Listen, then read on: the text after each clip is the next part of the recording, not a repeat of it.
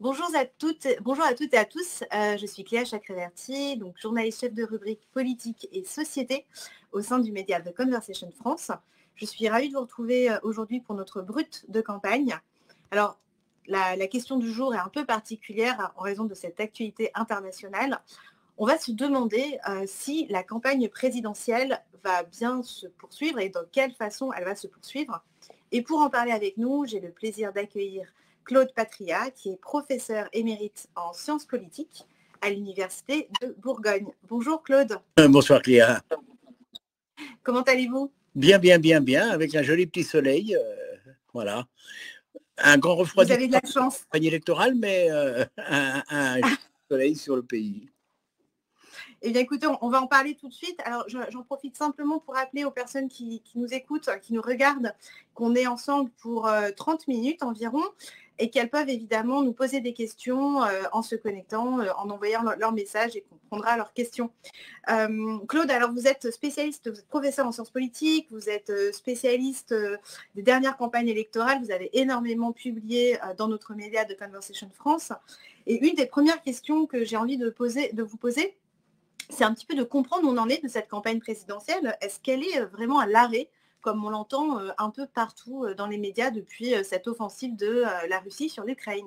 J'avoue que ce qui se passe là, malgré ma longue période d'analyse, puisque j'ai analysé toutes les élections présidentielles depuis 80 ans, je suis complètement surpris, on n'a jamais vu ça.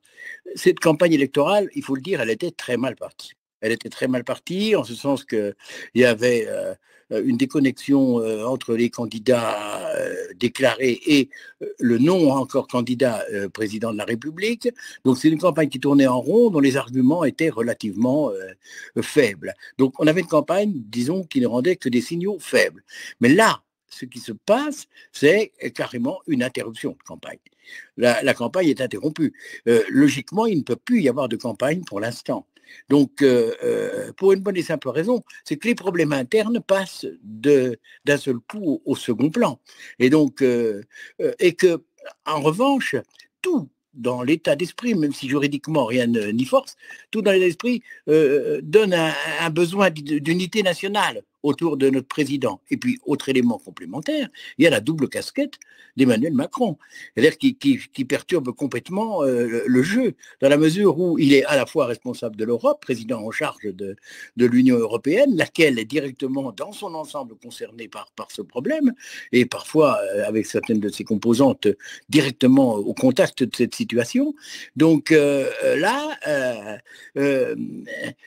on peut pas l'attaquer est très difficile, mettre en cause sur quoi on peut. Et puis ensuite, quelqu'un qui est en pleine action dans une période de crise comme ça, particulièrement grave et aiguë, et on a le sentiment qu'il vaut mieux se taire en face de lui. Alors, Claude, justement, avant de parler d'Emmanuel Macron en particulier, de sa non-campagne en tout cas, j'ai envie de revenir un tout petit peu à ce que vous avez dit précédemment. Vous avez dit, là, la campagne, elle est interrompue, on ne peut pas vraiment faire campagne. Sauf qu'on a bien vu quand même depuis quelques jours que les différents candidats ont des positions sur cette guerre. Alors certains disent qu'il faut aider plus, il faut accueillir des réfugiés ukrainiens, d'autres disent qu'il faut envoyer des armes. On est même assez parfois étonné de certaines des positions. Qu'est-ce que cette campagne, cette campagne guerrière, en tout cas cette invasion russe, révèle de la position de certains des candidats et de leurs forces, des forces politiques en France? Le mot scientifique qui convient pour cette situation, c'est le mot asymétrie. Les candidats sont dans une position asymétrique à Emmanuel Macron. Et en voulant attaquer Emmanuel Macron, pour des actes qui relèvent non pas du président français en tant que président français, mais en tant que responsable de l'Union européenne, ils se trouvent complètement en porte-à-faux. Leur tir part en l'air, un peu comme si on tirait sur des oiseaux pour leur faire peur, beaucoup plus que ça. Et puis, deuxième élément, ça sonne faux dans la mesure où le sentiment est de dire, il agit, il est présent, il tient les commandes. Est-ce qu'on peut lui en demander beaucoup plus actuellement? Et surtout, quel est l'intérêt de la position des autres là-dessus, puisque eux-mêmes ne sont pas en situation de peser sur nos partenaires. Seul Emmanuel Macron est en situation de peser sur la décision des autres partenaires européens.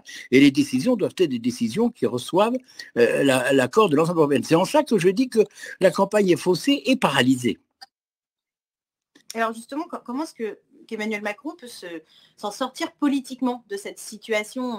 Certains observateurs disent que finalement, c'est un peu, quelque part, de façon un peu cynique, hein, mais c'est un petit peu un atout pour lui, cette position. C'est compliqué, c'est sûr, mais, non, mais on le voit, il est partout. Il vient d'ailleurs d'annuler son meeting à Marseille. Comment est-ce que vous analysez un petit peu cette période qu'il traverse, hein? Quand vous m'avez posé la question de savoir si je voulais participer avec vous, je vous ai dit, bon, non, la campagne va être complètement interrompue. Pour combien de temps, on ne sait pas. Hein, ça, c'est plus difficile à savoir. Mais je vous ai dit, Emmanuel Macron ne pourra pas faire son meeting de campagne. Et donc, vous avez vu, il a annulé. Bon, il va se contenter, dans les délais, de faire une déclaration solennelle de candidature. Voilà. Mais ça s'arrêtera là. Donc, c'est bien un des. En fait, si vous voulez, c'est une sorte. Bon, les adversaires d'Emmanuel Macron se trouvent placés dans une situation de guérilla face à un ennemi qui leur échappe parce qu'il est ailleurs au moment où ils ont envie Alors pour Emmanuel Macron, c'est à la fois une charge terrible parce que, évidemment, ce qui se passe, si ça tourne mal, pèsera lourd sur son destin. Mais en sens inverse, dans l'atmosphère générale, il donne le sentiment de bien gérer sa place, de bien défendre l'image de la France et d'un président. Donc c'est un atout considérable. Et je crois que, sans faire de pronostic, une des choses qui me paraissait frappante dans les sondages qu'on voyait, c'est qu'Emmanuel Macron plafonnait à 25%, c'est-à-dire à peu près au score qu'il avait fait en 2017. Et on avait une grande masse d'abstention. Je crois que ce qui se passe là redistribue les et qu'on va vers une participation beaucoup plus importante que celle qui était attendue, et ça au profit du président en place. Et donc cet aspect, finalement, vous le disiez en introduction, hein, que c'était inédit pour Emmanuel Macron, évidemment, dans son quinquennat, même s'il a déjà affronté quand même plusieurs crises importantes. Mais si on prend une perspective un peu historique, en fonction notamment des campagnes électorales que vous avez déjà analysées dans le passé, en quoi ce moment qu'on est en train de vivre est particulièrement inédit au regard d'autres grandes crises que la France a pu traverser depuis les années 80? Parce que les crises, on en a connu, et des crises sérieuses, mais elles étaient toujours à l'écart des échéances électorales.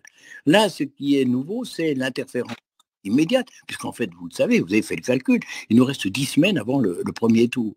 Il reste 10 semaines avant le premier tour. C'est-à-dire que, donc, dans cette situation-là, entre l'ombre du Covid qui est en train de se dissiper, mais qui reste présent et qui a marqué les esprits et les comportements, le masque ne peut plus ne pas être imposé, il reste quand même présent dans les esprits et dans la vie quotidienne. Donc, le Covid plus cet engagement dramatique et tragique de la Russie agressant l'Ukraine, ça, c'est du jamais vu. Et donc, à partir de là, dire que ça change complètement les données électorales. Et Emmanuel Macron, qui a été très contesté dans son mandat par une partie de l'opinion, hein, ça avait commencé avec les gilets jaunes, avec le pass sanitaire, tout a été là, les retraites. Bon, il y a eu un cumul et qui avait accumulé quand même une masse de mécontentement. En même temps qu'il a fait le job, se trouve avec cette gestion de la crise du Covid et avec cette gestion de la crise ramenée sur le piédestal présidentiel. Alors, cette crise, on voit bien, enfin c'est plus qu'une crise, hein, cette invasion de l'Ukraine a évidemment provoqué une crise au niveau européen, vous l'aviez dit tout à l'heure. Il y a quelque chose qui semble ressortir ou ressurgir, en tout cas, quand on voit un petit peu les analyses, qu'on lit les réseaux sociaux. Claude Patria, vous êtes très actif sur les réseaux sociaux, il faut le dire aussi, donc je sais que vous faites une veille importante. Est-ce qu'on peut parler d'une émergence, d'un nouveau sentiment européen finalement en France? Oui, je pense que c'est peut-être cela qu'est l'avancée la plus solide et la plus spectaculaire du président Macron, moins face à Poutine, où il s'est heurté à un homme dont les projets étaient arrêtés de longue date et qui n'avait pas envie de reculer et qui doit être, alors qu'il est extrêmement surpris de la résistance. Il s'attendait peut-être à ce que les petites filles dans les écoles de Kiev accueillent les chars avec des bouquets de fleurs. Et là, il se heurte à un peuple qui est... Bon. Et en contre-effet de ça, donc l'élément important, c'est qu'on a pris des décisions en Europe qu'on n'avait jamais prises jusque-là. L'idée, par exemple, de dire, alors qu'il y a encore un an, tout le monde repoussait les échéances. Quand vous entendez la responsable du Conseil européen dire il faut faire entrer l'Ukraine dans l'Europe, hein, donc voilà, c'est un renversement de situation. Donc il y a une prise de conscience européenne, une solidarité qui permet de dépasser les courants politiques et les réticences des uns et des autres. Vous voyez, par la force des choses, la Pologne, qui était quand même très à part, hein, et qui avait encouru de la réprobation de la part du reste de l'Europe, la Pologne, elle, confrontée à l'irruption des Ukrainiens et aux dangers russes plus que jamais présents, eh bien, elle reprend sa place dans l'Europe. Donc là, on a une avancée et on va peut-être vers ce qui, quand même, avec 70 ans de retard, va enfin arriver, c'est-à-dire un système européen de défense qui avait été rejeté en 1954, on le sait, mais qui maintenant prend crédit et tournure. Cette défense, en tout cas ces projets de défense d'armée européenne, par exemple, comme il avait été évoqué, c'est quelque chose qui n'a pas forcément eu un impact concret probablement chez les Français. Est-ce qu'aujourd'hui, vous avez le sentiment dans votre analyse sur le temps long, que les Français vont pouvoir nourrir un sentiment plus pro-européen? Est-ce que vous pensez que notamment cette crise va avoir un impact vraiment aussi sur la participation politique des Français ou l'intérêt des Français pour la chose européenne un peu plus? Ou c'est vraiment un moment très temporaire? Je crois que ce qui choque fondamentalement les Français et les autres peuples d'ailleurs, mais en France c'est particulièrement sensible, ce qui choque, c'est que l'agression de Poutine se fait contre un État démocratique et que le sentiment que l'Europe est entre les États-Unis d'une part et Poutine et les régimes autoritaires d'autre part a un rôle éminent dans la défense de la démocratie. Ça permet véritablement de renforcer l'idée européenne. L'Europe, celle qui est contre la guerre, celle qui a permis que depuis 1945, on n'ait pas de guerre importante sur le territoire, des petites guerres, mais pas de grosses guerres, et qui voit d'un seul coup ressurgir le spectre des blindés entrant dans les villes, eh bien là, ça renforce la conviction que la France a un rôle à jouer. Et donc, de ce fait, ça remobilise, et c'est ce que j'évoquais tout à l'heure, je pense, on le verra très vite dans les sondages, je pense que ça remobilise l'idée de participation et de soutien aux institutions. Alors, forte justement de ce moment, comment est-ce que la France, vous l'évoquiez tout à l'heure justement, qui est donc à la présidence tournante de l'UE en ce moment, comment est-ce qu'elle peut tirer son épingle du jeu sur le moyen terme, le court et le moyen terme, là, dans les mois à venir, s'il n'y a pas d'autres tragédies, on ne l'espère pas en tout cas, sur la scène, sur le plan européen en fait. Comment est-ce qu'elle peut en sortir renforcée, y compris et jusque dans les institutions européennes? C'est-à-dire que là, bon, il y a une inconnue. Jusqu'où Poutine pourra-t-il aller? Bon, il pensait que ce serait une promenade de prendre Kiev. Il s'est heurté non pas à une armée, simplement, il s'est heurté à des habitants. Et ça, c'est un élément nouveau. On voit un peuple qui a longtemps été un peuple qui fraternisait avec la Russie, donc puisque l'Ukraine avait un destin qui a été longtemps marié à celui de l'Empire soviétique et russe avant. Là, d'un seul coup, on voit ce peuple, cette revendication de venir dans l'Europe, c'est la revendication d'avoir son autonomie, son indépendance par rapport à l'ancien grand frère. Et ça, Macron lui-même a joué un rôle très important là-dedans et qui a été reconnu par les Ukrainiens. Et cette position-là peut lui permettre de faire avancer l'Europe sensiblement. Et je crois que à terme, c'est tragique ce qui se passe, mais le contre-effet positif, c'est qu'il peut y avoir un renforcement très sensible des institutions européennes et de la conscience qu'on a de leur nécessité. Alors, vous le disiez, juste une petite chose, je voudrais juste revenir sur quelque chose que vous disiez précédemment. Vous disiez, finalement, les candidats actuels dans la campagne sont un petit peu inaudibles en raison de ce qui se passe, en fait, et puis de la force, du poids de Macron actuellement. Néanmoins, on se souvient que certains candidats ont notamment appelé à sortir de l'OTAN, par exemple, ou en tout cas remettre en question les grandes institutions sur le plan international, parfois même sur le plan européen. Certains en sont sont assez peu pro-européens, pour ne pas dire anti-européens. Comment est-ce que cette crise majeure peut redessiner un petit peu les forces politiques internes à la France? Est-ce que finalement, on ne va pas voir de nouvelles forces politiques émerger ou un changement un petit peu, rabattre un peu les cartes de la politique?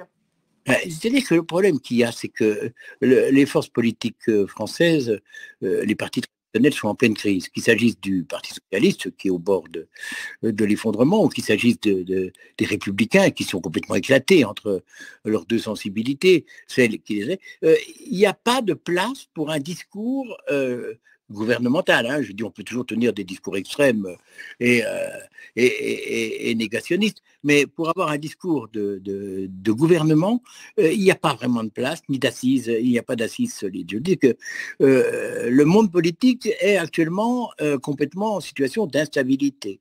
Et donc, la grosse erreur des candidats, quand je vous parlais d'une campagne qui était très plate, c'est qu'ils se sont strictement contentés de faire une campagne anti-Macron et de dénoncer Macron n'aurait rien fait de bien, etc. Donc, ils étaient dans une campagne profondément négative. Mais dans l'incapacité d'avancer des éléments positifs. Et vous parlez de l'OTAN, tout à fait intéressant. Il y en a certains, effectivement, on ne va pas les nommer, ce n'est pas la peine, mais qui disent la France doit sortir de l'OTAN.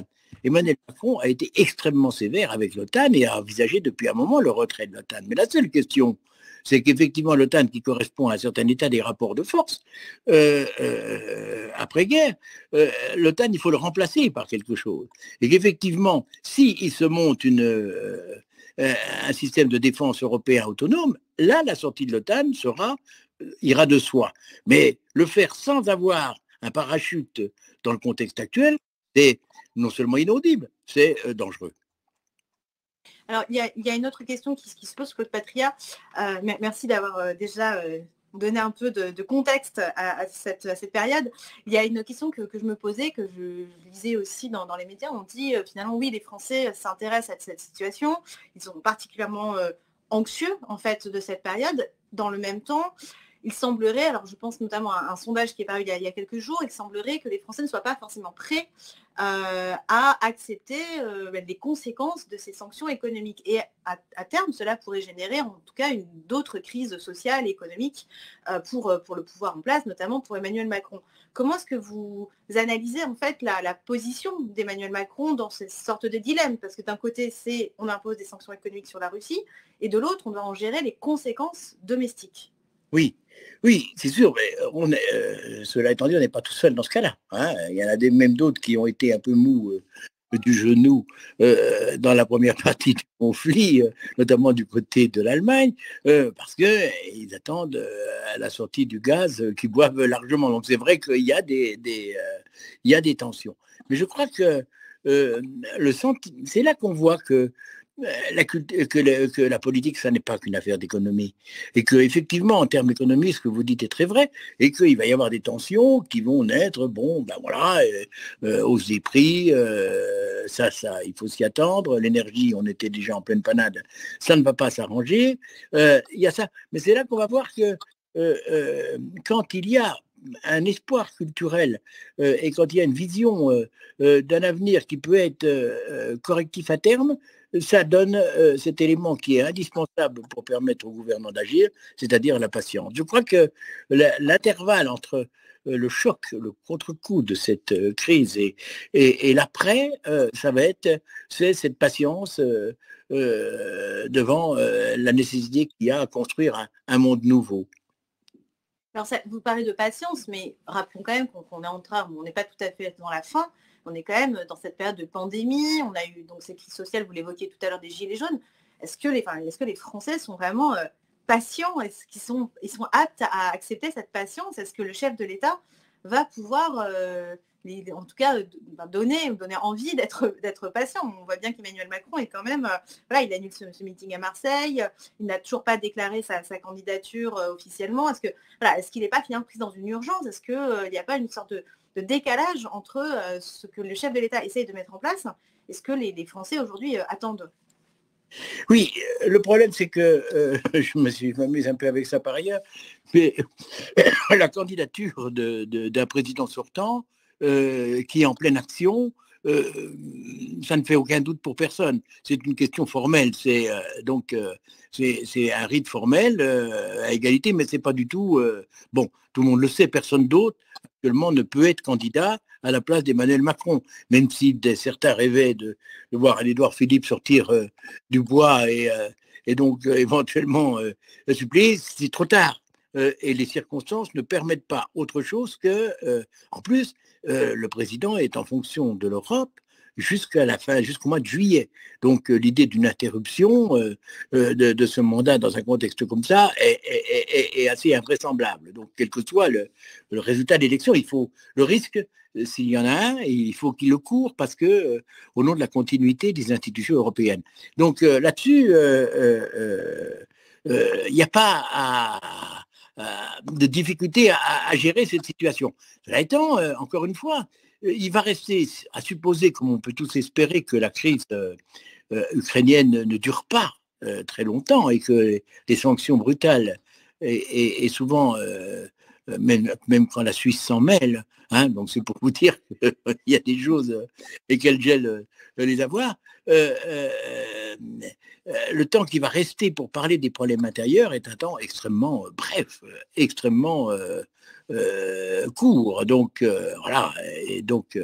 Et la faute des opposants, c'est de pas du tout avoir anticipé, non pas sur une crise qu'ils ne pouvaient pas prévoir, mais sur le fait qu'ils auraient un temps très limité pour faire des contre-propositions crédibles par rapport au président. Mais encore une fois, il n'y a pas de place actuellement pour l'enjeu intérieur. Il n'y en a pas.